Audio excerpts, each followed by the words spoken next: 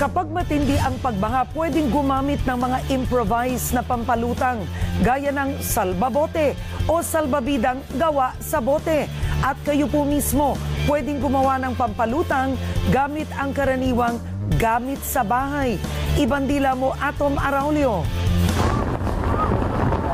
Isa ito sa mga imaheng tumatak sa atin ng manalasaang bagyong Ondoy noong 2010.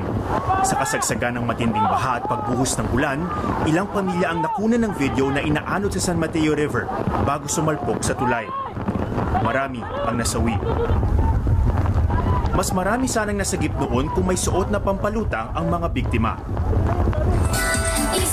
Halos 5 taon ang nakalipas, mas masayang pagtitipon ang ginanap sa gilid ng Marikina River kanina, ang paglulunsad ng proyektong Salbabote. Ang salbabote ay isang uri ng Improvised Flotation Device o IFD na gumagamit ng mga lumang bote ng plastic bilang pampalutang.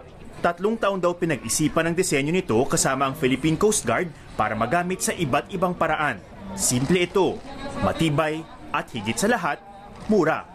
Hindi ka naman makaka-afford ng talagang mga life vest, etc. That's why we developed this kind, which should be readily available. Plano raw ng One Meralco Foundation na mamigay ng 10,000 salbabote sa mga bahaing lugar. Kung papatok ito, pwede itong gawin ng iba para mas marami ang makinabang. Tinuturuan tayo nitong maging handa bawat isa, no? Yung sarili mo inihahanda mo. Pero may mas simpleng paraan para gumawa ng pampalutang gamit ang mga karaniwang kasangkapan sa bahay.